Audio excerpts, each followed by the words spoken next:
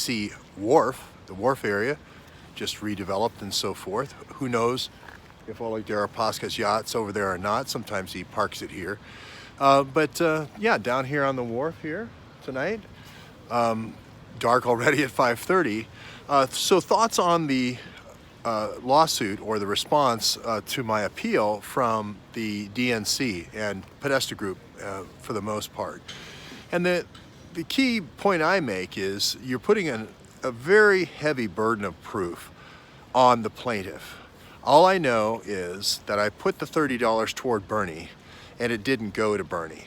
Why do I know that now? Because the head of the DNC who took over the DNC said so. Donna Brazil said that there was a sweep agreement, a joint funding agreement. Somehow the DNC was owed money or is underwater. Somehow Hillary loaned them money, and somehow all the money until Hillary's loan was paid off was swept into Hillary for America. That was known by all parties. At no time did those parties mention that. As a matter of fact, they said quite the opposite. They said it was a free and fair election between Bernie and Hillary. So they knew those statements to be false. We got the Carillons in the background. Hopefully I don't get a strike from 14th century monks or 12th century monks. And detrimental reliance and injury in fact. Remember the fact that I described exactly how the fraud occurred, Act Blue to Act Blues, which was later copied 10 months later by the Deputy Attorney General. I described all the evidence of malfeasance of the client, conviction of bank fraud, trips to Pakistan for 9 months out of the year, everyone fleeing service for over a year, terabytes to Pakistan. So all things that are indicative of a fleeing client, a guilty client. So to put the burden of proof on me and saying exactly what transaction occurred and when exactly my money was transferred to Hillary for America is an onerous burden of proof, I believe, to put on the client.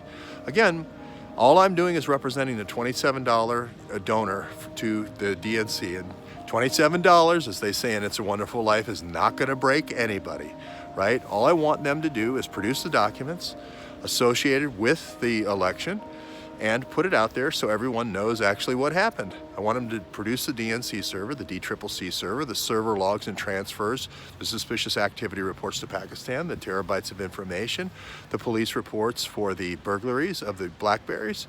That way we'll find out if it was involved in Uranium One or any other kind of pay-to-play activities. And also I want to do the John Wilkes server room as far as the backpacks and the Pried Hard Drives. That's all I'm asking for.